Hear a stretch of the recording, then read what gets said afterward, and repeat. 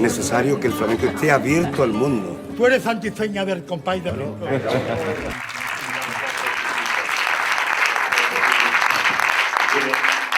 Juste pour contextualiser un tout petit peu le film, le tournage a démarré janvier 2018. On a tourné pendant 1 an et demi. On a tourné un nombre invraisemblable des journées. Et Monsieur Dorian Blanc, qui est là, le producteur du film et qui est pour beaucoup, pourrait nous dire, on a énormément tourné, et même trop. On s'est retrouvé avec plus de 200 heures de roches. Ouais, c'est qui est, je ne pourrais pas refaire ça plus jamais, Dorian, je te promets. 250. 250, bon, je ne sais pas. Et puis voilà, on a démarré le tournage en 2018 jusqu'à l'été 2019. J'aimerais savoir si, d'abord il y a eu donc ce projet incroyable de rencontres et de voyages que Jorge a entrepris avec ce projet pour la Suma Flamenca qui est donc à Madrid.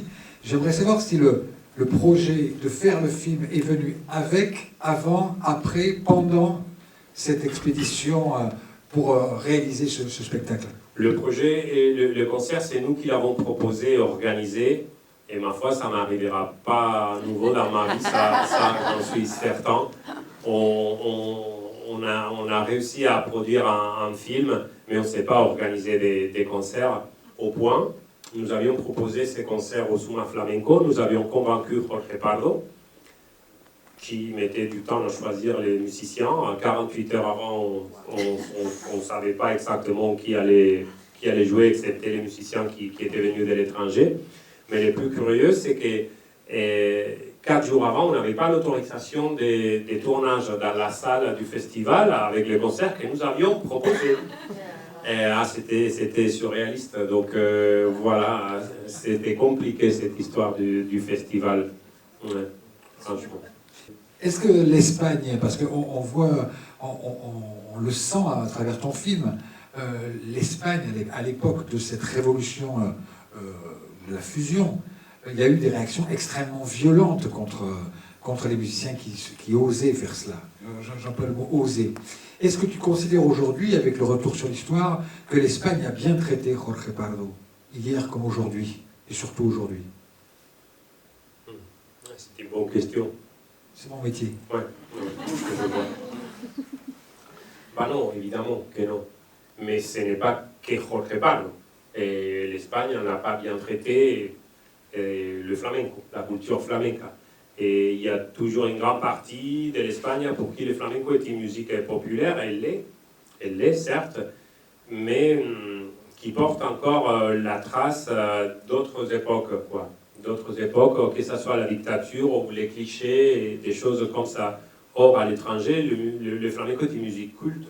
Et on n'a qu'à voir ici en France, dès qu'on a des spectacles d'artistes flamenco à Paris ou dans les scènes nationales, ils sont toujours pleins. Il fait toujours carton plein. Donc on a encore en Espagne, et de la part de beaucoup d'intellectuels aussi, qui ont eu un regard un peu prétentieux, un peu de supériorité vis-à-vis du flamenco. Et je ne sais pas pourquoi. Il y en a eu des exceptions, évidemment. Donc non, l'Espagne n'a pas bien traité Jorge Pardo.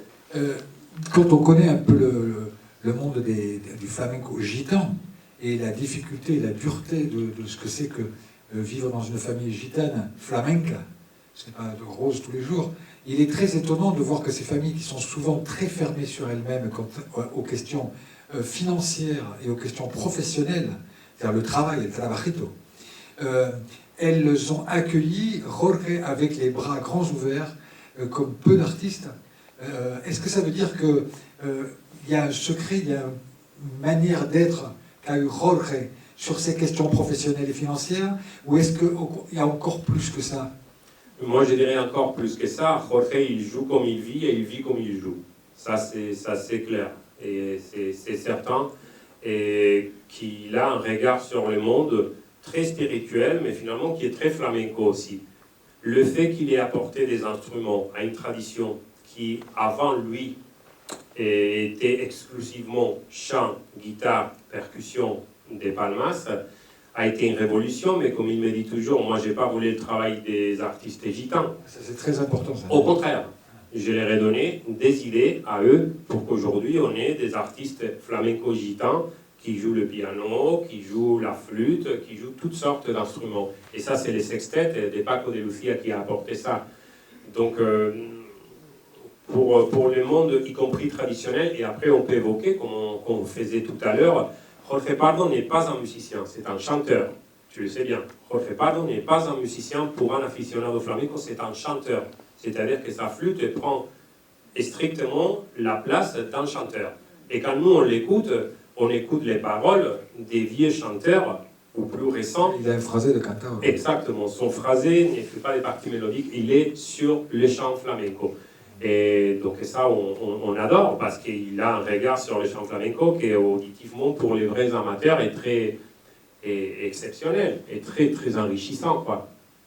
D'ailleurs, les guitaristes de flamenco qui l'accompagnent dans le film, ils l'accompagnent exactement comme on accompagne un cantaor, et pas du tout comme un instrumentiste. Absolument, absolument. La première fois que tu as montré le film à Jorge, est-ce que tout lui a plu et comment a-t-il réagi? Est-ce qu'il l'a vu en entier? Est-ce que tu peux nous raconter un peu? Jorge, il est venu comme 3, 4, même 5 fois à Paris. Il est venu à mi-parcours de montage, parce qu'on l'a invité pour qu'il voit un peu, il avait rien vu. Et on était à mi-parcours du tournage, il nous voyait débarquer très souvent, il était enchanté de nous voir, mais de temps en temps il me disait en aparté, il me disait « Emilio, moi, je ne sais pas ce que vous êtes en train de faire là, moi je vois rien là. Je ne sais pas ce que ça va donner, ça va, tout va bien ?» Moi je lui disais « Oui, tout va bien. » Je sortais une réponse là de la poche. Je dis « Oui, tout va bien. » Je ne savais pas non plus si tout allait bien. Donc il est venu à mi-montage, après il est venu voir ce qu'on appelle nous un ours. C'est une première version du montage qui faisait environ 3 heures. Il a regardé, Dorian était là, il me semble, avec Mathieu Lambourion, notre extraordinaire monteur. Et il a demandé à le revoir tout de suite après. Donc on a passé 5 heures là. On a fait la première version et la deuxième. Et il est même, il n'avait rien à dire dès le départ. Jorge m'avait dit, écoute, c'est ton film, fais ton film. Il avait vu Impulso, il avait beaucoup aimé, et il a dit, on était d'accord, on ne voulait pas faire une biographie. Moi, je ne sais pas faire des biographies de toute façon. Il y en a des gens qui les font beaucoup mieux, moi, je ne sais pas faire. Et on s'était mis d'accord sur, voilà, ça, pas faire une biographie, et il nous a laissé. Je pense que c'est arrivé au bon moment pour lui, au bon moment.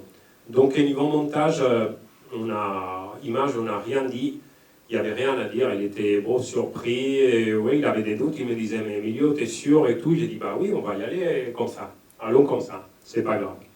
Et après, pour le son, c'est vrai qu'il est venu en montage son, et surtout là où il a été essentiel pour nous, c'est pour le mixage audio. Je pense qu'ici, on a la chance d'avoir une belle salle et que le son était bien, on a un son de qualité, le film techniquement est plutôt très solide. Et on a voulu compter sur lui pour les mixages son, évidemment, parce que même si on avait et les producteurs, et les réalisateurs, et les techniciens, et les mixeurs son, rien ne vaut l'écoute de Jorge Pardo sur non seulement son propre instrument, mais les autres instruments. Et Jorge nous a donné des indications très précises. Cette guitare-là, essayez de la remonter un peu, voyons cette percussion-là. On avait tout, évidemment, en multipiste, on avait enregistré une vingtaine de concerts, à peu près, en multipiste, avec des... Ouais. Dans le monde de la musique, des instruments de musique, il n'y a pas beaucoup de femmes, en fait, on n'a pas vu de jouer d'instruments. Et du coup, voilà, Ça correspond, tout à fait. Voilà, il y avait Anna Morales, tout à fait. Magnifique, et puis une chanteuse, mais il n'y a pas... Non. Dans beaucoup de monde de musique, hein, pas beaucoup de femmes qui jouent de l'instrument de musique, alors qu'il y en a beaucoup. En fait. Il y en a beaucoup. Qui jouent très très bien. Il y en a beaucoup maintenant, et ça ne correspond absolument pas à l'époque où Jorge a grandi et à l'entourage qu'il a eu dans les années 80, où c'était un milieu très masculin et, pourquoi pas les dire, un peu machiste. Effectivement. Donc et ça colle exactement à ce qui a été et à ce qui est sa réalité. Heureusement, les nouvelles générations vont sur un autre chemin, et j'aimerais bien que Jorge soit là, parce qu'on a eu des discussions à ces sujets. J'aimerais aussi juste rendre hommage aux gens qui ont travaillé dans les films. Je ne parle pas des techniciens, parce que pour moi, ce ne sont pas des techniciens, mais chefs opérateurs et ingénieurs du son. L'ingénieur du son a fait un travail des malades, mais vraiment des malades, Arnaud Martin et Nicolas Contant à l'image aussi. Ce sont des anciens élèves de l'école Louis Lumière, au même titre que Dorian, qui était deuxième caméra. Quelques-uns des plus beaux plans dans les films ont été tournés par Dorian. On a toujours une vieille optique russe qu'on avait trouvée, que Dorian avait trouvée sur un marché Opus, qui nous accompagne depuis 15 ans. Et tous les télés, tous les courtes, les longues focales, pardon, les téléobjectifs sont faits avec cette petite optique. Et voilà, il y a eu on était une petite équipe, hein. On était vraiment une petite équipe, 3 ou 4, pas plus. Et les rendus, ma foi, moi je trouve qu'au moins techniquement, le film est solide. Après, on peut parler de ce qu'on a pu apporter nous, ou moi concrètement, mais j'ai eu la chance de travailler avec une équipe formidable.